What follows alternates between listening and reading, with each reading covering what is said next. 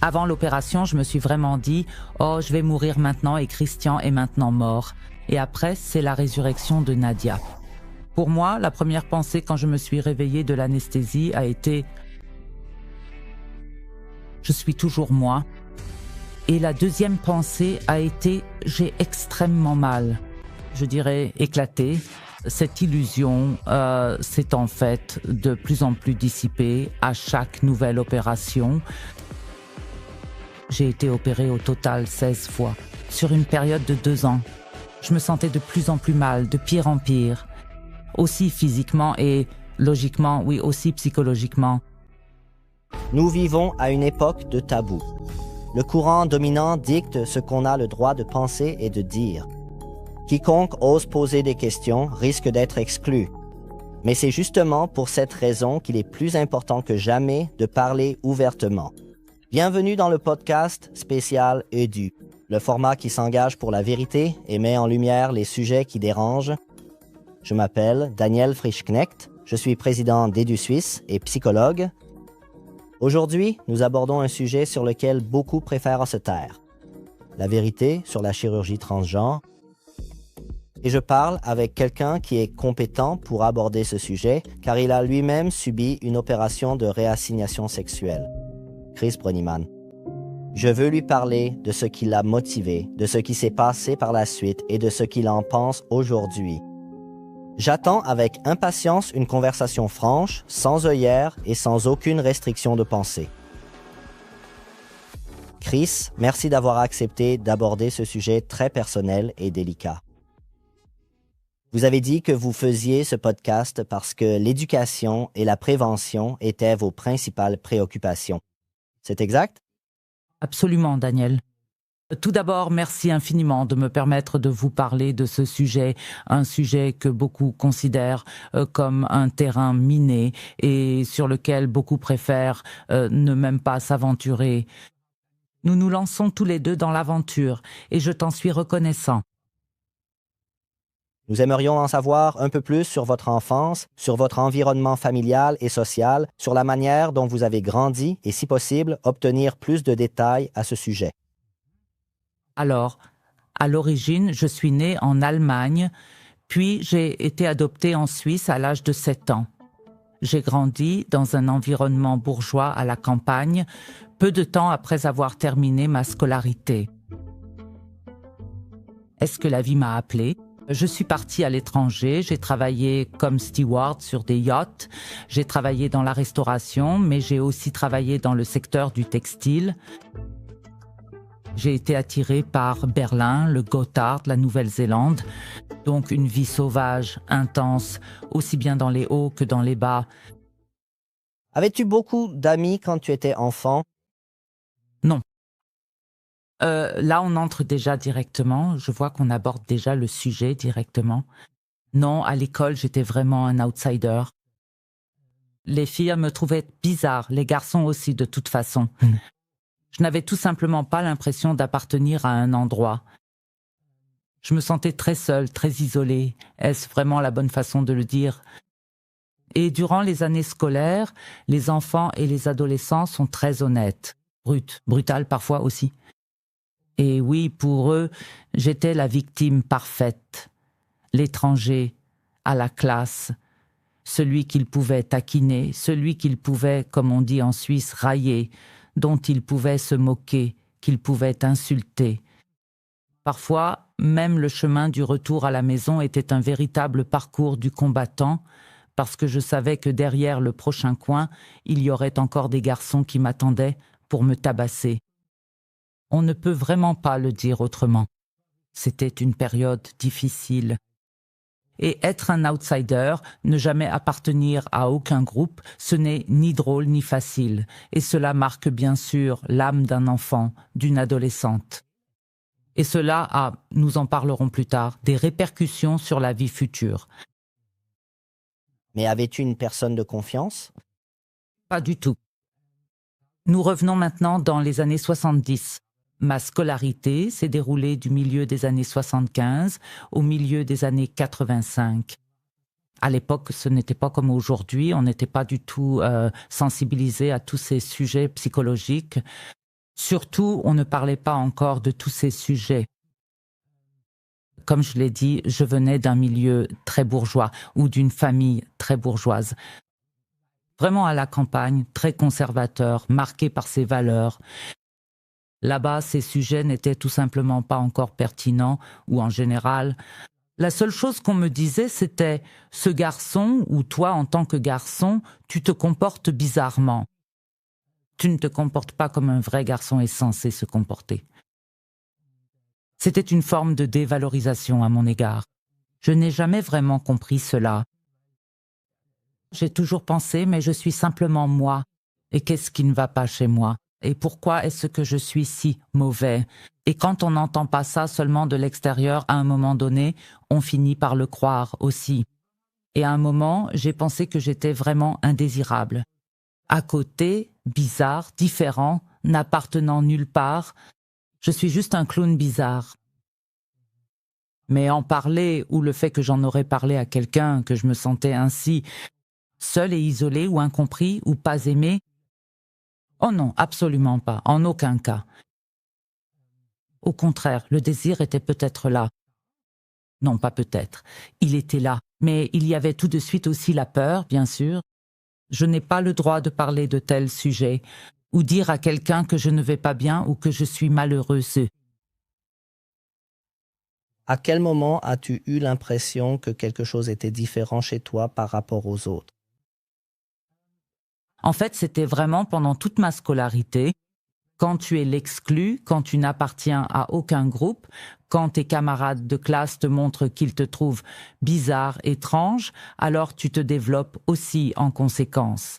Et bien sûr, surtout à la puberté, où l'on commence à se découvrir soi-même, à percevoir qui l'on est, ce que l'on ressent, ce que l'on veut, où soudainement tout prend une autre importance, une importance plus profonde, où même la façon de vivre les choses change. C'est à cette période que j'ai vraiment ressenti que, quelque part, je vivais sur une toute autre planète que le reste des gens dont je pouvais observer le comportement. Ou bien ceux qui, de l'extérieur, me faisaient comprendre que j'étais d'une certaine manière vraiment étrange. Oui, et en fait, j'ai l'impression que ce sentiment d'être bizarre m'a accompagnée pendant toutes ces années. Mais en tant qu'enfant, on a toujours cette envie d'être aimé, de ne pas se faire remarquer de façon désagréable. Donc, par exemple, c'était très révélateur, ou du moins, avec le recul, je trouve cela très révélateur. J'étais aussi en même temps le premier de la classe. J'étais toujours celui qui était sage, qui respectait toutes les règles, qui n'embêtait pas les professeurs, contrairement aux autres garçons de la classe qui aimèrent bien le faire. Je ne me suis jamais impliquée dans ces choses-là parce que je voulais toujours être sage, justement être correct, être bon, être gentil, pour que l'on me... Enfin, en fait, je cherchais à obtenir la reconnaissance ou l'affection ou, pour le dire très simplement, j'espérais de l'amour. Et c'est pourquoi, extérieurement, j'étais incroyablement adaptée. Quand, enfant, tu suis une voix très étrange et différente, tu développes, et je trouve cela fascinant d'un point de vue psychologique, énormément de mécanismes de protection, de mécanismes d'adaptation. Je savais très bien que je devais me comporter de telle ou telle manière pour que je puisse, au mieux, que je sois le moins possible une cible. Ne pas offrir de prise à mes camarades de classe, mais aussi aux professeurs ni à mes parents, aucune prise. Juste me faufiler à travers ces années de jeunesse et rester simplement coincé dans le malheur. Et pour moi, je peux vraiment te résumer ça en une phrase. Quand j'étais parmi les gens, et parmi les gens, j'étais malheureux. Et s'il y avait des moments de bonheur, c'était ceux où j'étais seul avec moi-même. Personne, aucune influence extérieure où je n'avais pas à entendre sans cesse « tu n'es pas comme les autres, tu ne sais rien faire, tu es bizarre, tu es à côté de la plaque ». Dans mon monde à moi, seul, je pouvais façonner et imaginer le monde comme il me convenait, comme il me semblait juste et harmonieux. Et je crois que c'est comme un instinct de survie que l'on À l'époque, je ne me posais pas de questions, je le faisais simplement. Et c'était sans doute un instinct de survie très fort que j'avais à l'époque, vraiment très fort aussi. Avais-tu déjà à l'époque le sentiment d'être né dans le mauvais corps? Non, pas du tout. D'abord, il y a eu la puberté et l'éveil sexuel, la découverte du désir, et j'ai remarqué, d'accord, j'aime les garçons, et j'ai constaté que les garçons me fascinaient justement sur ce plan sexuel, érotique. J'étais aussi un garçon, et à l'époque, dans notre environnement bourgeois et rural du moins, on ne connaissait pas le terme transsexuel ou transgenre, ou même simplement trans, personne ne connaissait ça. Mais ce qu'on connaissait, c'était homosexuel ou gay, ces termes-là, on les connaissait. On les entendait dans la cour de récréation chez nous. En tout cas, moi, je les ai entendus suffisamment souvent, espèce de pédé ou peu importe quoi. Mais bien sûr, c'était une insulte horrible. D'ailleurs, ça l'est encore aujourd'hui. Personne n'aime entendre ça. Et oui, pour moi, c'était clair. J'étais un garçon, un adolescent qui commençait à devenir un homme.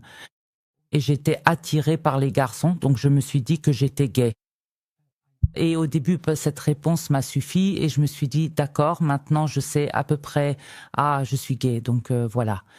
La vie continue et je vais maintenant sortir dans le monde et être heureux. Et j'ai vraiment essayé de le faire le plus vite possible. J'ai quitté tout l'environnement de mon enfance et de mon adolescence et c'est là, en fait, que j'ai fui pour la première fois. Fui devant moi-même, fui devant la situation, devant cet environnement, il faut vraiment l'appeler ainsi. Et j'ai pensé que lorsque je serai dehors, dans le grand monde, loin de toutes ces moqueries, loin de toujours entendre « tu es faux, tu n'es pas bien », c'est là que la vraie et belle vie commencerait pour moi. Et c'est ainsi que je suis partie. Je me suis précipitée à l'étranger de façon assez précipitée, sans aucune préparation, sans sécurité, sans réflexion. Je voulais simplement m'éloigner le plus possible de tout ce qui avait rendu ma jeunesse difficile. Et cela a été le début d'une descente encore plus grande et de très nombreux extrêmes de vie dans lesquels je me suis à nouveau retrouvée empêtrée. J'ai été catapultée dedans, je m'y suis retrouvée et cela m'a aussi marquée. Mais si tu t'es perçu comme homosexuel, pourquoi as-tu alors pris la décision de changer de sexe? Bonne question. Je pense qu'à l'époque, l'homosexualité, c'était tout ce qu'on connaissait vraiment.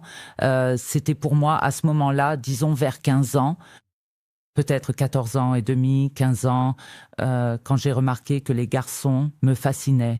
C'était tout simplement la réponse la plus évidente et la seule possible. Je ne connaissais rien d'autre. Je savais, ok mec, les homosexuels sont des garçons, des hommes qui vivent avec des hommes, qui ont des relations sexuelles ensemble, et non des filles avec des garçons ou des garçons avec des filles. Et c'est pourquoi c'était la seule réponse possible pour moi. Dehors. Puis j'ai eu mon expérience homosexuelle et ce n'étaient pas des expériences saines, ni de bonnes expériences. C'était souvent le cas. Tu dois t'imaginer, j'ai quitté l'école, je suis partie. J'étais en fait un peu livrée à moi-même. Je n'avais pas de base solide sous les pieds. J'étais si jeune, naïf. Et quand on est comme ça, on attire toujours ce qu'on dégage. Et bien sûr, j'ai tout de suite attiré de mauvais hommes qui ont évidemment remarqué cela, ça. J'étais un adolescent ou un jeune homme perdu dans l'espace. Et puis très vite, je suis aussi tombée dans une sexualité très malsaine où l'on a vraiment abusé de mon corps, où l'on m'a utilisée. On t'a alors perçu comme un objet de plaisir? Absolument. C'est allé jusqu'à ce que je sombre vraiment dans le milieu du sexe. C'était comme ça à l'époque, je me souviens très bien, on voulait me donner l'image. J'ai ensuite travaillé dans un club échangiste et là, on voulait me coller l'image du garçon suisse venu des montagnes suisses. Mais tout cela était bien sûr uniquement réduit à l'aspect sexuel. C'était de l'exploitation, de l'abus. Et cela ne m'a pas aidé, c'est-à-dire cela n'a pas contribué à ce que j'aurais trouvé la réconciliation avec moi-même dont j'avais déjà tellement besoin à l'époque. J'ai fui ce milieu de jeunes chez moi, à la campagne, parce que j'ai toujours été l'exclu. Et puis, dans ce vaste monde, j'ai de nouveau été mise à l'écart. Encore une fois, en fait, j'ai vécu la vie comme quelque chose de mauvais, de pas correct, de faux, d'interdit. Donc, je n'étais absolument pas sur le chemin vers moi-même, ni même sur une voie où j'aurais eu la moindre chance de guérir moi-même. Au contraire, quand ça t'entraîne toujours plus loin, dans le milieu de la nuit, dans le business du sexe, quand on finit même par vendre son corps pour de l'argent, alors on est dans une détresse psychique et alors la vie devient sombre et noire et on se retrouve sur une route très lugubre, dangereuse et malsaine. Et cela te marque, bien sûr, de façon tout aussi malsaine. Vouliez-vous éventuellement ou peut-être envisager de changer de sexe à ce moment-là aussi parce que vous vouliez vraiment vous distinguer de cet objectivisme? Je crois que c'est à 19 ans que j'ai rencontré pour la première fois dans le milieu de la nuit une personne transsexuelle. À l'époque, on pouvait encore dire transsexuel. Aujourd'hui, on ne veut plus entendre ce terme. À l'époque, je suis tombée sur une femme trans. Elle était magnifique, elle dansait aussi dans un club de nuit. Je l'ai rencontrée, elle m'a raconté qu'elle avait fait opérer son corps pour passer du masculin au féminin et qu'elle menait une vie formidable. Je ne l'ai connue que comme ça. Sous les projecteurs, sur scène, magnifique. J'ai vu comment tous les hommes l'admiraient. Pour moi, c'était comme une image de rêve. Waouh, il y a cette personne qui a fait ça et qui mène maintenant une vie formidable. Je vais faire pareil. Et alors moi aussi, je pourrais mener une vie formidable. Et puis, c'était comme une sorte de combinaison. Donc, grâce à cette rencontre, j'avais comme une deuxième solution, une solution supposée. Il n'y avait alors plus seulement l'homosexualité, mais aussi le terme trans. Et puis, j'avais déjà vécu mon homosexualité, mais d'une manière malsaine, ce qui m'a aussi causé beaucoup de souffrance, aussi bien psychique que physique. Et puis je tombe sur cette femme trans qui me raconte qu'elle a trouvé le bonheur grâce à cette transition, que ses problèmes ont disparu et qu'elle est heureuse. Aussi naïve que j'étais à l'époque, je me suis tout de suite jetée là-dessus en me disant « Super, si on peut prendre des comprimés et qu'un médecin à l'hôpital, un chirurgien, peut vous opérer chirurgicalement. Alors après, on devient une personne heureuse. » Alors il faut que je le fasse parce que je veux enfin être heureux. Je veux enfin que quelqu'un me regarde et pas simplement qu'on détourne toujours le regard de moi. Et en fait, à cause de cette seule rencontre, j'étais déjà dans la prochaine solution supposée. Et donc je me suis retrouvée immédiatement prisonnier de cette contrainte et de cette vision étriquée où je me suis simplement dit « Maintenant, j'ai la solution à tous ces problèmes, à ce sentiment de différence, à ce sentiment étrange, au fait d'être rejeté, au fait que l'on ne me perçoit pas comme il faut. Ce n'est même pas à cause de l'homosexualité, c'est parce que je suis tout simplement dans le mauvais corps. » J'insiste vraiment là-dessus parce que nous en reparlerons sûrement plus tard, car aujourd'hui, bien sûr, je pense tout à fait différemment. À l'époque, c'était très clair pour moi. Ah, toute cette obscurité, tous ces problèmes que j'ai dans ma vie, c'est parce que je suis née dans le mauvais corps. Maintenant, j'ai la solution. Je dois changer de sexe. Je serai alors une nouvelle personne. Je n'avais même pas aucunement l'idée vraiment réaliste de dire ou de penser que je voulais changer de sexe pour devenir une femme. J'ai toujours dit, après, je serai une femme de rêve. Après, je serai magnifique. Je serai aussi sous les projecteurs. Les gens m'acclameront même symboliquement. J'étais vraiment naïf, je pensais qu'on pouvait le faire. Et ensuite, j'aurai la solution à tous mes problèmes. Et alors, la vie commence. C'est ce que j'avais déjà pensé pour la première fois à 15 ou 16 ans. avec le fait d'être gay, de sortir et de vivre la vie. Et puis tout ira bien, c'est exactement ce que j'ai pensé à nouveau à 19 ans avec le sujet de la transidentité. C'est la solution, je le fais et ensuite je serai heureux. Mais je n'ai jamais réfléchi une seule seconde à mon fort intérieur. J'étais vraiment, et je peux le dire très clairement, tout simplement assez naïf pour penser qu'on pouvait soigner mon âme avec des pilules et le bistouri du chirurgien et faire de moi une autre personne. Et bien sûr, c'est une énorme illusion et en conséquence, je me suis alors lancée là-dedans et tout s'est développé en conséquence de façon négative. C'était à nouveau le début d'une chute encore plus profonde, une descente qui semblait sans fin, et de plus de mal à mon âme, de mal à ma vie, une douleur qui ne cessait de grandir en moi. Tu as mis tous tes espoirs dans cette adaptation chirurgicale, tu as projeté que ce serait la solution miracle. Pour ton manque d'amour, de reconnaissance et d'admiration comme tu l'as vécu avec cette femme trans, c'est ça. Tu as tout projeté dans cette adaptation chirurgicale. Et aussi, comme tu l'as justement suggéré tout à l'heure, une fuite devant ce corps masculin que l'on a aussi maltraité, qui m'a aussi causé d'énormes douleurs. C'était vraiment... C'est le point crucial dans tout ce sujet de la transidentité. Ce chemin ne doit jamais, jamais être une fuite devant soi-même. C'est déjà fondamental. C'est l'erreur et la fausseté dès le départ.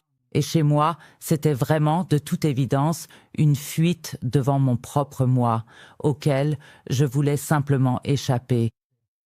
Et j'ai alors cru à tort que, en changeant de sexe, je deviendrais aussi une autre personne. En fait, je n'ai jamais réfléchi au fait que je pourrais me faire opérer 100 fois. J'emporterai toujours mon âme, mon intériorité avec moi. Je n'ai pas réfléchi aussi loin. Je pensais vraiment que l'on pouvait régler ça techniquement avec des comprimés et le bistouri du chirurgien. Je n'ai jamais envisagé non plus que je devrais peut-être travailler sur moi-même ou regarder les choses en face. Pourquoi mon navire est-il à ce point en perdition? Pourquoi suis-je dans une telle misère? Je me suis précipité là-dedans comme un train à grande vitesse. Le mal était logiquement fait après coup. Mais à ce moment-là, tu n'as jamais cherché une aide psychologique ou un avis extérieur? Parce que des sujets comme le comportement de fuite, par exemple, auraient peut-être été abordés, mis sur la table. Tu n'as pas trouvé ça important. À l'époque, tout était aussi un peu différent de ce que c'est aujourd'hui. À certains égards, c'était même mieux organisé qu'aujourd'hui. En fait, à 19 ans, j'ai découvert ce transfert. Je le voulais aussi. Je suis tout de suite retournée en Suisse. Je suis allée à Bâle, à l'hôpital universitaire. Je me suis présentée à la clinique universitaire, je voulais le faire. Ensuite, le médecin m'a gentiment et poliment renvoyé, en disant « Revenez quand vous aurez 25 ans ». En Suisse, il n'était pas permis de faire ce genre de choses avant 25 ans. Cela signifiait pour moi à l'époque que je devais encore attendre 6 ans. Et pendant ces 6 années, j'ai essayé tout ce qui était possible. Bien sûr, je l'ai vraiment fait. On ne s'assied pas simplement en attendant 6 ans que ce soit possible. Pendant ces 6 années, j'ai vraiment essayé de trouver ma place et j'ai traversé différentes phases. Des phases où j'ai effectivement trouvé un peu de calme, mais aussi d'autres où je suis allée dans des extrêmes de vie totalement différents. Pendant 2 ans, j'allais simplement travailler en tant qu'homme pendant la journée et le soir, je me maquillais en quelque sorte, en drag queen, comme on dirait aujourd'hui, ou en femme visuelle, et c'est ainsi que je passais mon temps libre. J'allais au cinéma, je sortais dîner avec des amis, je retournais aussi danser en club. Mais c'était toujours des extrêmes. Puis il y avait à nouveau une phase où je me disais « Non, il faut que je m'en sorte maintenant en tant qu'homme », et j'ai mis de côté tout ça. Les vêtements de femme, les bijoux, etc. Je les ai de nouveau donnés, jetés, et je me suis simplement dit, maintenant, il faut que je sois le garçon cool, comme tout le monde, ou comme on est censé l'être, parce que, à l'époque, je ne connaissais que ce modèle de rôle. Voilà comment un garçon doit être et pas autrement. Et puis j'ai essayé de faire comme ça, de correspondre à cette image, et je portais une casquette de baseball. J'étais alors le garçon cool qui faisait du breakdance. Et là aussi, je jouais encore un rôle comme dans les autres extrêmes auparavant. Ce n'était jamais quelque chose qui venait de moi, de façon naturelle, spontanée, mais j'ai toujours cherché la solution à l'extérieur, jamais à l'intérieur. Et quand tu vis ta vie complètement à l'envers, et que tu passes d'un extrême à l'autre. Parfois, tu vis uniquement comme une femme à l'apparence extérieure, puis tu essayes de copier le macho.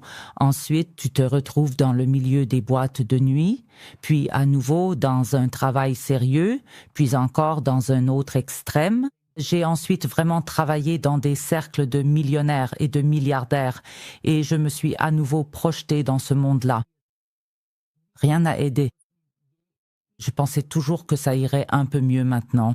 Et puis j'ai de nouveau remarqué, parce que logiquement je m'emmenais toujours avec moi, oh non, ça ne va encore pas, encore du drame, encore du malheur, que je me sens malheureuse.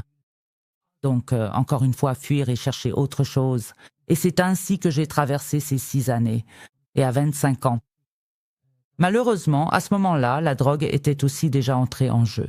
Je suis alors vraiment tombée profondément dans le milieu de la drogue et je m'en sortais tant bien que mal. Puis, à 25 ans, je suis retournée en Suisse, mais cette fois à Zurich, parce que j'avais enfin le droit légalement de faire cette transition. Et là, la loi aurait exigé 2 ans d'accompagnement psychologique, de expertise psychiatrique ou psychothérapeutique qui prouve que l'on porte vraiment cette transidentité en soi. Et ensuite, une fois que cela est fait, on a le droit de poursuivre avec le traitement médicamenteux. Mais voilà, j'étais en pleine période de vie extrême et puis je suis revenue à ce moment-là. Et là, déjà à moitié détruite par la drogue, je n'avais vraiment pas envie de passer 2 ans à faire ça bien.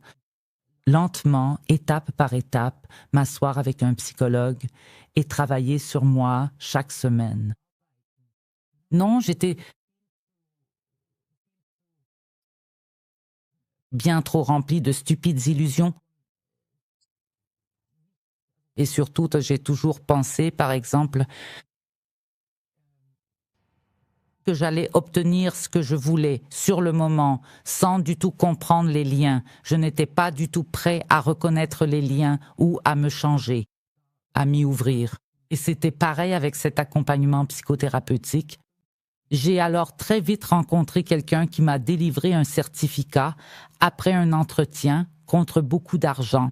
J'ai alors payé, à l'époque c'était beaucoup d'argent, 700 francs, mais j'avais en main 2-4 pages où il était écrit « Oui, nous attestons », donc c'était un faux rapport. Donc c'était déjà préparé, d'accord.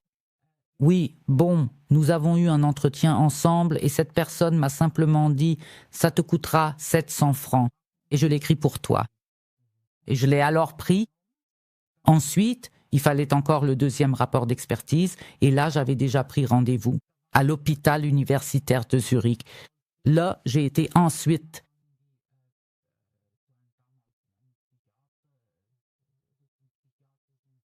à la tête de service de psychiatrie. Il avait rédigé ses rapports d'experts à l'époque. J'y ai passé 20 minutes une fois, seulement 20 minutes. Et il m'a remis la lettre parfaite feu vert, c'était clairement indiqué. Diagnostic transgenre primaire. Cette personne est prête pour une transition ou un changement de genre. Mais pour être honnête, je dois dire que cela se produit à nouveau très fortement aujourd'hui. Mais déjà à l'époque, sans Internet, j'ai moi-même commis cette erreur. Là aussi, je savais très bien, si j'étais honnête et que je m'asseyais simplement pour parler avec lui et que je le laissais vraiment regarder au fond de mon âme, alors ce feu vert n'aurait pas été donné aussi rapidement. Et ce n'est pas ce que je voulais. Donc je savais très bien que j'allais maintenant dans ce bureau ou ce cabinet, salle de consultation, peu importe.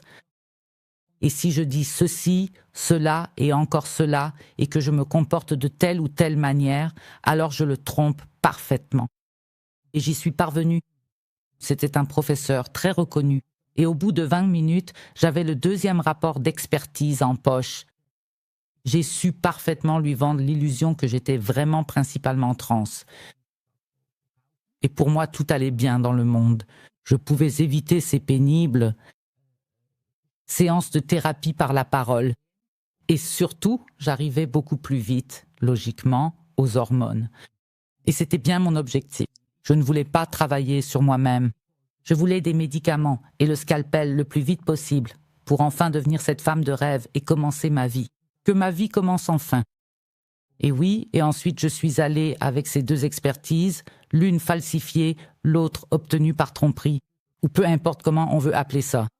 Marc, je suis donc allée en endocrinologie, et puis tout a commencé, curieusement, par le bloqueur de puberté. Mais à l'époque, j'avais déjà 26 ans.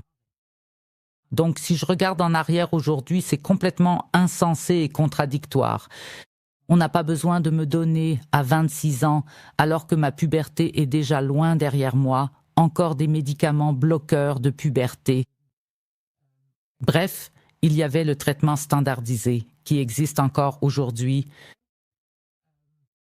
On commence donc avec des bloqueurs de puberté qui, soit dit en passant, sont les mêmes substances qu'on administre aussi aux délinquants sexuels pour stopper leur libido. Ce ne sont pas simplement, comme on voudrait le faire croire aujourd'hui, des pilules de style de vie qu'on avale rapidement et qui n'ont aucun effet secondaire. Ce sont des médicaments extrêmement puissants. On a alors commencé avec moi, 6 mois plus tard, à administrer des œstrogènes, dans mon cas, donc des hormones féminines. La thérapie hormonale du sexe opposé, dans mon cas, était logiquement à base d'œstrogènes. Et à peine 1 an et demi plus tard, je me retrouvais déjà pour la première fois sur la table d'opération. Mais avais-tu vraiment l'impression que si toi et les médecins étiez prêts, ton corps serait aussi prêt pour cette adaptation? J'étais le dompteur de mon corps. Je le raconte maintenant tel que je l'ai vécu à l'époque. Aujourd'hui, je pense différemment, de façon plus nuancée, à toutes ces choses. À l'époque, je ne réfléchissais à rien. Je ne regardais même pas vraiment ce qui se passait. Je ne prenais pas soin de moi. Je pensais, je le veux, donc je le fais. Et quand on voit la solution à l'extérieur, quand on peut simplement avaler des comprimés et que le chirurgien fait le travail, alors je n'ai rien à faire. Je dois juste vivre. Et la solution arrive comme par magie, sans que j'y contribue vraiment. Et après, je deviens cette femme de rêve. J'avais cette image suridéalisée que je deviendrais cette femme de rêve et que le monde entier serait à mes pieds. J'étais en fait arrogante envers ma propre vie. Je n'étais pas réceptive aux conseils bien intentionnés. Je ne voulais même pas les entendre. En plus, à l'époque, c'était encore un peu, enfin beaucoup plus tabou qu'aujourd'hui. J'ai donc pu emprunter ce chemin merveilleusement en secret, à l'abri des regards.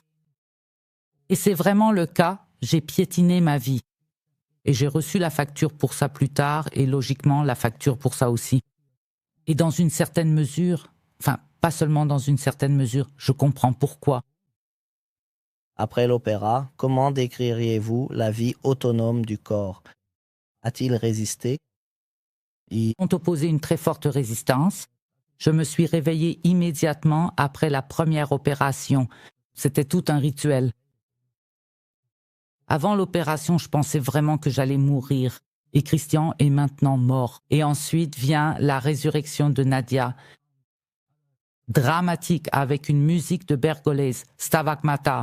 Je le fais encore aujourd'hui. C'est une musique qui me touche beaucoup émotionnellement, mais à l'époque, c'était vraiment d'homme à homme. Et après l'opération, j'aurais normalement dû me réveiller, avec ce sentiment de soulagement dont on parle, avec cette euphorie. Waouh, j'ai réussi. Pour moi, la première pensée quand je me suis réveillée de l'anesthésie a été « Je suis toujours moi ». Et la deuxième pensée a été « J'ai des douleurs extrêmes ». En fait, je n'ai même pas prêté attention à la pensée. Je suis toujours moi. Je l'ai tout de suite repoussée aussi. Mais c'était dans les toutes premières secondes où j'ai recommencé à penser consciemment après l'anesthésie. C'était déjà quelque chose de très très clair. Donc à ce moment-là, j'avais en fait mon corps ou mon esprit m'a clairement parlé et m'a confronté à la réalité. Une image idéalisée s'est-elle brisée? Brisée? Non, parce que j'ai repoussé cette pensée, j'y ai encore un peu tenu, mais seulement en surface. Je me suis alors simplement dit, bon, maintenant j'ai certes ce corps et j'ai des douleurs et tout, c'est encore un peu absurde, mais je suis désormais cette femme de rêve. Et à l'époque, donc à cette période, ma perception de moi-même et la perception extérieure étaient très éloignées l'une de l'autre. De l'extérieur, on me voyait comme amaigrie, en mauvaise santé, sans réseau social, les opérations complètement ratées et bourrées de médicaments. Ma propre perception était « maintenant je suis en sous-poids, tout cela à cause d'une mauvaise vie ». Mais moi, je me voyais comme ça. Super mince signifie super belle, super attirante. Et puis, bien sûr, je me promenais avec des petits tops courts, beaucoup trop voyantes. Rien n'allait chez nous. Tout en nous était en quelque sorte une apparition grotesque. Mais je m'accrochais encore exactement à ça et je m'y suis cramponnée aussi longtemps que j'ai pu. Je dirais que cette illusion a éclaté de plus en plus à chaque nouvelle opération. Au total, j'ai subi 16 opérations sur une période de 2 ans. Et là, tout s'est dégradé très rapidement. En descente, eh bien, ça a toujours été le cas. Complications. Bon, les médecins m'ont examiné à nouveau, aucun problème. Madame Bruniman, nous procédons à une petite intervention chirurgicale de suivi. Nous allons maîtriser la situation. Tout ira bien ensuite. Je vais subir une autre opération. Puis d'autres complications sont apparues et le jeu continua encore et encore. Et le 15, opération. Avez-vous ensuite inséré mes intestins dans depuis l'espace néovaginal, donc de l'intérieur de la néovagine. Je parle délibérément de néovagin car il y a une énorme différence avec un vagin biologique. Et là, il y a eu une déchirure de la néovagin vers l'intestin, ce qui a entraîné une nouvelle opération d'urgence et une stomie. Et 16 opérations en 2 ans, évidemment. Mon état empirait sans cesse, de pire en pire. Aussi physiquement et logiquement, oui, aussi psychiquement. Donc la spirale descendante était tout simplement extrême.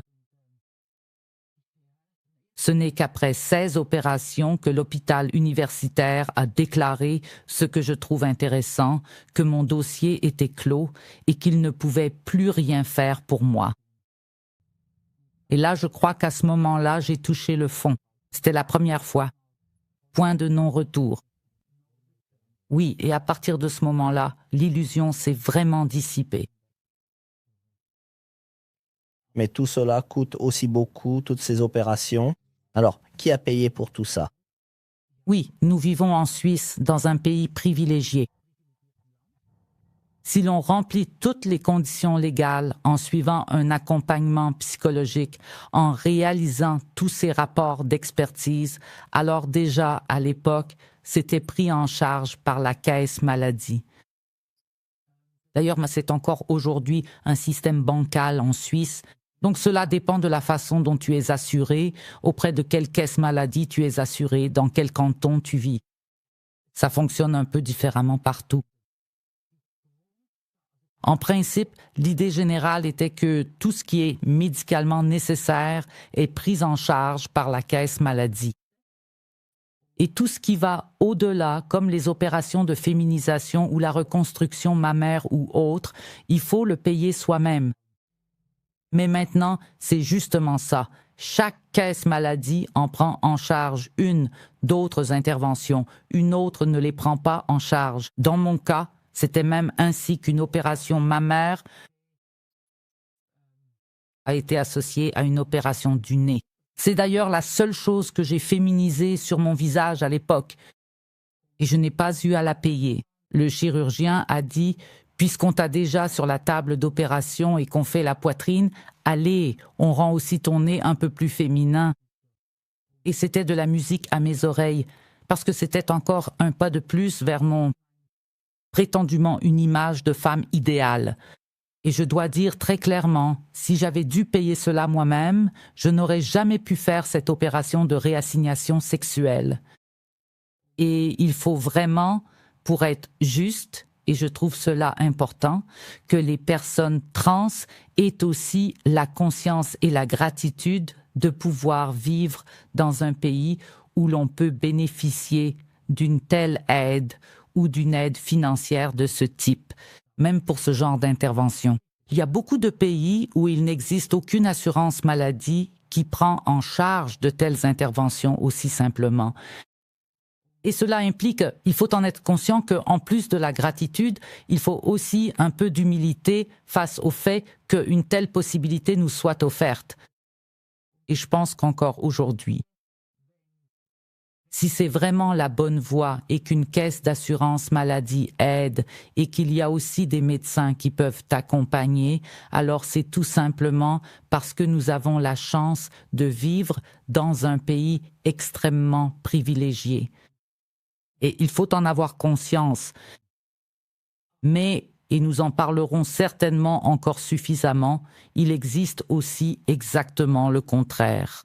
Et c'est justement le gros problème actuellement, à savoir qu'il y a partout des personnes qui suivent ce chemin médicalement et que les caisses d'assurance maladie paient. Et tout fonctionne, la machine tourne, alors que ce n'est justement pas le bon diagnostic. Tout comme à l'époque, dans mon cas, ce n'était pas non plus le bon diagnostic. Si à l'époque j'avais accepté qu'un psychologue s'il s'était assis avec moi et passé plus de temps, si j'avais été obligée de vraiment regarder ma propre vie, j'aurais dû reconnaître très rapidement, et je l'aurais aussi compris en thérapie, qu'il y a énormément de causes dans ma structure de personnalité qui m'ont justement amené à cela. Penser que la solution réside dans la transition, dans l'opération, alors qu'en réalité, cela ne fait que traiter les symptômes et ne s'attaque pas du tout à la véritable cause du problème. Et c'est justement là le grand sujet. Qu'en Suisse, on ne fait pas cette distinction et qu'on n'est pas prêt à la faire, entre un véritable diagnostic de transidentité primaire et ce qu'on appelle un diagnostic de dysphorie de genre à apparition rapide.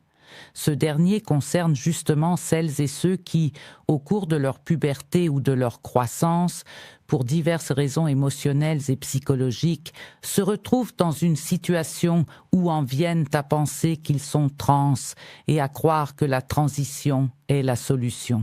Mes problèmes seraient résolus. Mais où les véritables causes sont tout autres. Ce sont ces causes qui sont à l'origine de la détresse psychique. Il y a le syndrome d'Asperger, l'autisme, les troubles borderline, la schizophrénie, les traumatismes, les abus subis dans l'enfance. Il existe tant de problématiques psychiques qui amènent une personne à penser qu'elle est trans. Et à l'heure actuelle, c'est tout à fait le cas. Et c'est justement là que réside le problème. Et là, je divague un peu pour revenir à ta question. Je m'étonne vraiment, je suis surpris qu'en Suisse, le débat, qu'aucune caisse maladie n'ait encore vraiment lancé ce sujet dans la société. Et qu'est-ce qui se passe en fait? Qu'est-ce qu'on paie exactement avec toutes ces interventions, alors que pour beaucoup, ce n'est pas du tout la bonne solution et que ce n'est pas clair, et qu'on ne procède pas à un diagnostic différentiel basé sur les causes? Je ne peux qu'être étonné. Pourquoi tout le monde? Pourquoi est-ce un sujet? Pourquoi en Suisse ne parle-t-on pas encore de ce facteur coût?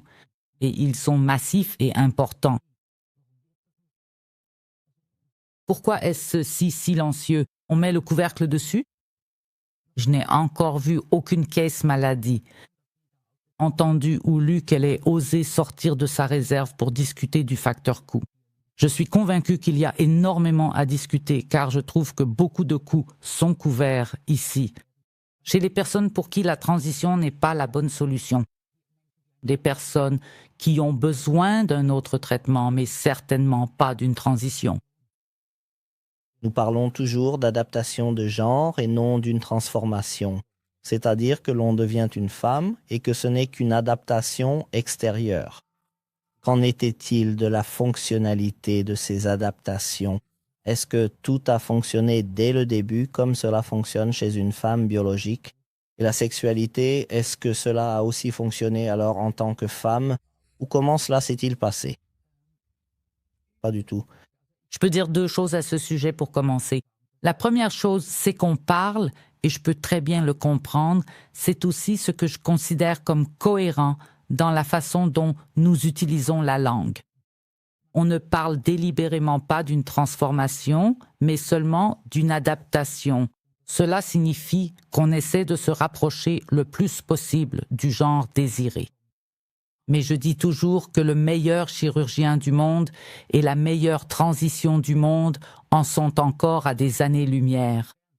Du miracle qu'est une femme biologique. Et le meilleur chirurgien, la plus belle vagin de designer, pardon de le dire aussi franchement, reste un travail d'amateur comparé à une vulve féminine biologique. Et un vagin, ce sont vraiment 2 mondes à part. Et c'est justement aussi quelque chose qui, à mon avis, est un peu idéalisé. C'est ainsi que c'est présenté aussi sur Internet, sur les réseaux sociaux en général, quand on parle de ce sujet. On pense toujours qu'après, tout aura été parfaitement opéré et que tout sera merveilleux. On se dit alors qu'on a un vagin. C'est pourquoi je préfère parler d'une néo-vagin. Parce qu'il y a vraiment un monde de différence entre les deux. Et même si une opération réussit et qu'aucune complication ne survient, ce qui arrive tout à fait, c'est aussi le cas pour certains. Tout ne se passe pas aussi mal pour tout le monde que ça s'est passé pour moi. Mais il s'agit d'une toute petite minorité, une infime minorité, pour qui l'opération réussit à tel point que le résultat est bon, qu'il paraît crédible, authentique et fonctionne aussi sur le plan fonctionnel. C'est une infime minorité. Il y a ensuite les autres, pour qui ce n'est pas forcément aussi difficile, mais il n'y a pas non plus tout le monde pour qui tout tourne aussi mal que cela s'est passé pour moi. Je le comprends bien. La grande majorité se situe quelque part au milieu. C'est-à-dire qu'ils n'ont peut-être pas cette avalanche massive de complications que j'ai vécues, mais eux aussi en ont. Après l'opération, une baisse de la libido ou une capacité orgasmique réduite ou encore une néovagin qui a certes une belle apparence mais qui ne permet aucune pénétration.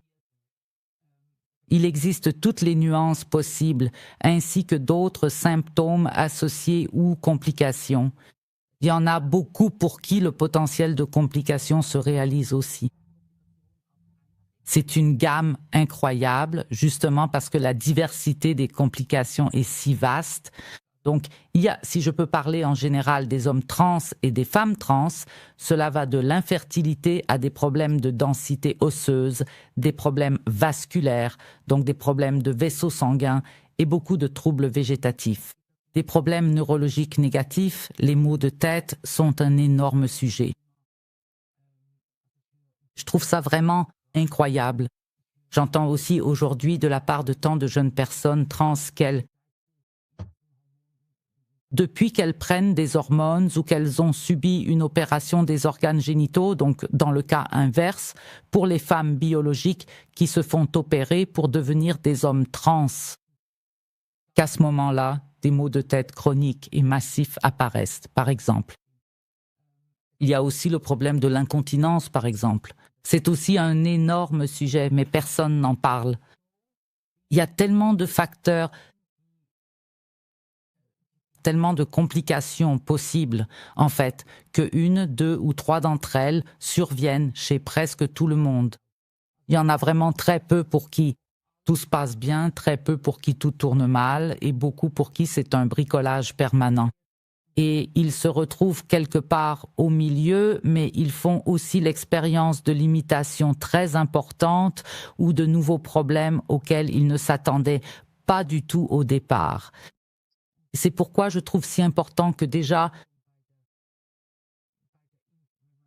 lors de l'information, mais aussi dans le conseil ou l'accompagnement, on soit déjà précis à ce moment-là.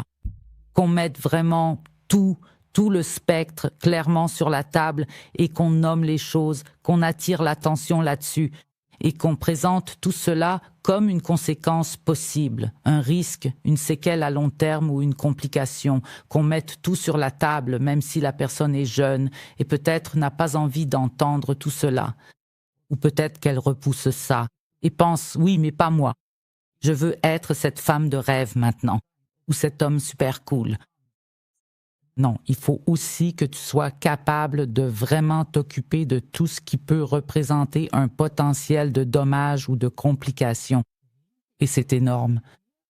Et pour moi, pour répondre à ta question, le corps n'a absolument pas fonctionné. Et en fait, il s'est vraiment rebellé très fortement.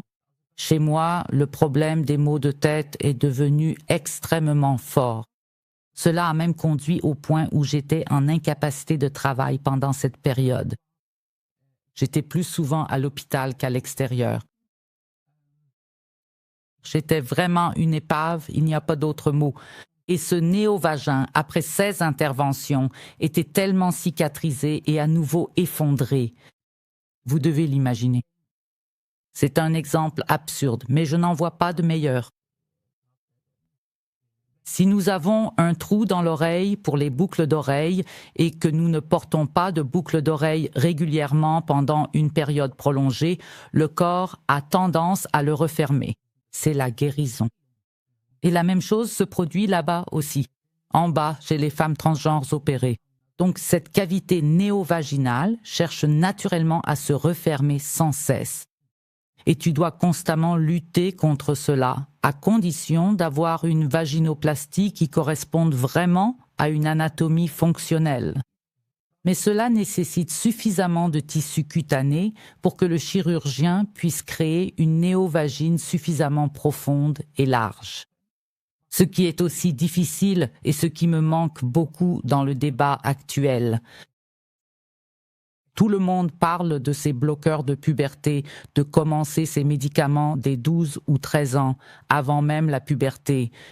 Cela arrête la puberté, donc chez les garçons biologiques qui se déclarent trans et veulent devenir femmes, cela arrête aussi le développement du pénis. Autrement dit, le chirurgien se retrouve 2, 3, 4, 5, 6 ans plus tard avec un micro pénis ou un pénis d'un adolescent prépubère devant lui, c'est-à-dire sur la table d'opération. Maintenant, comment veux-tu créer chirurgicalement une ouverture vaginale fonctionnelle suffisamment grande, il faut appeler les choses par leur nom, suffisamment profonde quand tu as si peu de matière à disposition? Cela entraîne déjà la première complication, à savoir qu'on transplante alors des parties de l'intestin, du rectum, pour élargir et approfondir le tout. Mais cela a pour conséquence, et personne n'en parle car c'est un énorme tabou, que la femme trans opérée a un néovagin qui sent extrêmement mauvais, vraiment très fortement, à cause de la muqueuse intestinale. Cela influence de manière tout à fait logique la conscience corporelle saine, une sexualité épanouie, des problèmes dans une éventuelle relation de couple. Donc tu vois, c'est comme des dominos. Il y a tellement de choses dont, à mon avis, on ne parle pas ouvertement aujourd'hui, qu'on ne nomme pas clairement tout ce qui en fait partie et qui, comme complication possible, et cela arrive bel et bien régulièrement, accompagne ces interventions incroyables, je ne peux pas les appeler autrement. Comprennent, ce sont des interventions limites et, de mon point de vue aujourd'hui, parfois même des interventions qui franchissent les limites. Et elles ne devraient être pratiquée, et c'est ce que je trouve aujourd'hui tellement problématique de mon point de vue. Elle ne devrait être réalisée que lorsque c'est la toute dernière possibilité, le seul chemin possible pour la personne concernée. Cela ne devrait être envisageable que lorsque toutes les autres options et modes de vie ont été suffisamment examinés et qu'il s'avère vraiment qu'il n'y a pas d'autre solution possible. Mais ce qui se passe en réalité, et c'est d'autant plus vrai chez les jeunes influencés par les réseaux sociaux, c'est qu'ils considèrent tous ces médicaments et opérations comme le premier choix. La seule première option comme le seul véritable chemin à suivre. Et cela est faux. Dans chaque cas possible, donc chaque opération ce qu'on peut éviter, ce qu'on ne fait pas, présente déjà, indépendamment de toute conséquence ou complication, un avantage en soi, la santé. Et cela, les jeunes d'aujourd'hui ne le comprennent tout simplement pas. Et j'accuse aussi les spécialistes qui soutiennent fortement le modèle de traitement dit affirmatif actuel. Ce qui est absolument le cas en Suisse, en Allemagne et en Autriche. C'est pourquoi je trouve cela tellement erroné, c'est pourquoi je prends une position aussi claire et je m'y oppose et j'essaie de secouer les consciences, de montrer les choses, y compris en parlant de sujets intimes. Ce n'est pas facile pour moi non plus de parler de choses comme l'incontinence, d'un néovagin qui ne fonctionne pas, ou de la perte de la capacité à avoir un orgasme. Je vis désormais depuis. Attendez. Il faut que je réfléchisse depuis 1997, après avoir commencé les bloqueurs de puberté, qui ont justement stoppé la testostérone, en 1997, le 17 juillet, bon sang, ça fait 29 ans que je vis sans capacité d'orgasme. Et ce n'est pas parce que c'est psychologique, on dit toujours que l'orgasme se ressent dans tout le corps, dans chaque partie, mais moi, physiquement, Après 16 opérations, tout est très fortement cicatrisé, adhérent. Et là, tout simplement, il n'y a aucune sensation et aucune capacité de stimulation. Et essaie de vivre 29 ans comme ça. Si cela avait été ne serait-ce qu'un sujet à l'époque, si j'avais su que cette possibilité existait. Et quand je regarde en arrière maintenant ce que cela signifie, vivre avec ça pendant 29 ans, il est logique que j'ai aujourd'hui une autre opinion sur le sujet et que je trouve important qu'on n'évite pas, comme on le fait dans ce modèle affirmatif, toutes les questions gênantes autant que possible. Nous ne voulons pas inutilement accabler les jeunes avec des sujets difficiles et des questions compliquées. Quelle absurdité. Il faut que c'est quand un jeune qui veut emprunter un chemin aussi fou, qui aura des conséquences pour le reste de sa vie au final, que ce soit en bien ou en mal, mais cela aura des répercussions jusqu'à la fin de sa vie. À mon avis, ce jeune doit simplement être capable de faire face à toutes les questions, même les plus désagréables ou intimes, et de s'y confronter. Sinon, pour moi, c'est une mauvaise information, une information négligente et unilatérale. Et je trouve cela absolument irresponsable de la part des soi-disant centres spécialisés en genre que nous avons ici en Suisse, et qui continuent toujours à bavarder bruyamment. Oh, nous faisons l'éducation sexuelle correctement et tout se passe bien. Il n'y a aucune pression et nous avons tellement de temps. C'est tellement absurde et insensé. J'ai tellement d'exemples de jeunes où je dois lire des protocoles. Je reçois des comptes rendus qui montrent à quel point c'est unilatéral, à quelle vitesse aujourd'hui un jeune est déjà entraîné dans une structure spécialisée en genre, sur ce chemin de la transition. Il y a tellement de choses qui ne vont pas, tu le ressens aussi, là je suis dans mon... Mais je trouve que si personne d'autre ne le fait, si on regarde vraiment honnêtement et qu'on en parle ouvertement, alors je le fais moi-même. Et même si cela me demande souvent de surmonter mes propres réticences, je le fais parce qu'il s'agit de prévention. Et c'est très important pour moi. Prévention, information avant l'opération. C'est une belle conclusion pour cette première partie. Si vous voulez savoir ce que Chris serait prêt à faire pour pouvoir revivre, ne serait-ce qu'un seul jour, dans un corps masculin originel et en bonne santé, alors abonnez-vous dès maintenant à la chaîne pour ne pas manquer la deuxième partie. Merci d'avoir été avec nous et à la prochaine épisode du podcast spécial EDU